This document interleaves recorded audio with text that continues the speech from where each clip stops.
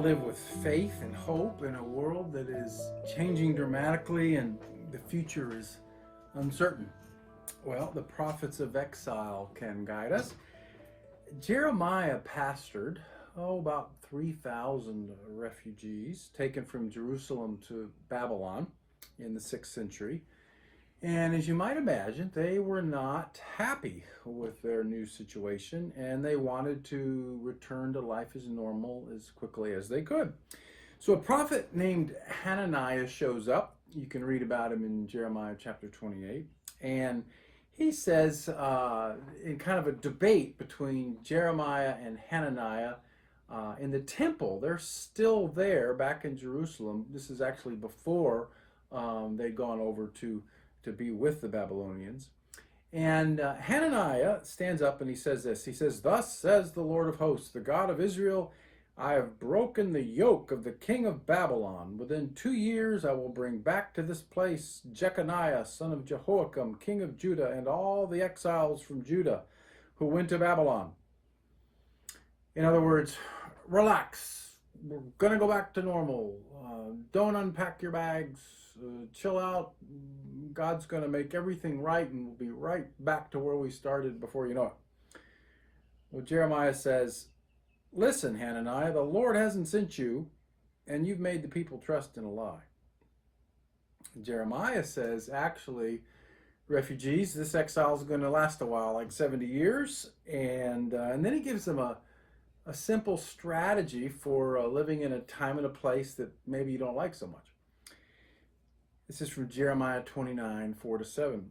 "Build houses and live in them. Plant gardens, eat their produce. Take wives and have sons and daughters. Take wives for your sons. Give your daughters in marriage. Bear sons and daughters. Multiply. Don't decrease. Seek the peace of the city where I've sent you into exile and pray to the Lord on its behalf. For in its peace you'll find your peace." Jeremiah says, we're not going back to normal anytime soon. Embrace where you are. Embrace this new normal, whatever it is. Don't just put life on hold. Get on with life. Fall in love. Build your business. Raise your kids. Seek the peace and prosperity of your neighborhood and pray for those around you. Well, the refugees were upset that the old model of faithfulness was gone. But what they don't realize is that they actually are part of a new model of faithfulness, living faithfully in a world that is not truly your home. And that's the model that becomes the norm in the New Testament for Christians. Best place to look at that is the entire letter of 1 Peter, which describes life in exile as a life of faithfulness. Now, I don't know about you, but I find the voice of both prophets in my mind as we embrace the challenges and opportunities of our new day. One voice says, it's going to be over soon. We're all going to go back to normal. Just don't worry about it and we'll be okay. The other voice says, no, actually, things are changing. It's not going to go right back to normal.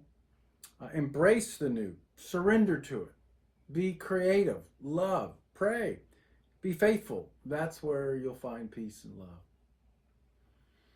Tim Keller, the great pastor and teacher, preached a sermon at the 2010 Lausanne Conference in South Africa with leaders from all around the world on Jeremiah's word to the exiles from this passage. And he points out that Jeremiah's call to seek the peace of the city marks a significant shift in God's strategy in approaching cities. Earlier in the Old Testament, God's redemptive plan focused on drawing people to Jerusalem.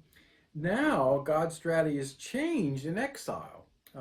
We are now to live as exiles faithfully in the neighborhoods and the cities that we find ourselves in. And we're to use, he says, our resources for the common good of our neighbors. And then Dr. Keller ends the sermon by saying that the model for Israel and Babylon should serve as the model for the church. He says, yes, in exile, Israel no longer existed in the form of a nation state with its own government and laws. Instead, it existed as an international community and counterculture within other nations.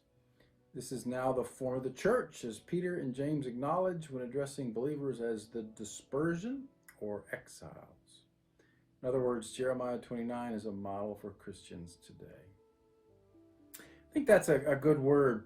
Let's not make our goal getting back to the old normal as quickly as possible, because we can't. Let's embrace whatever new thing God is doing. Let's love and pray and seek creative ways to work for the common good.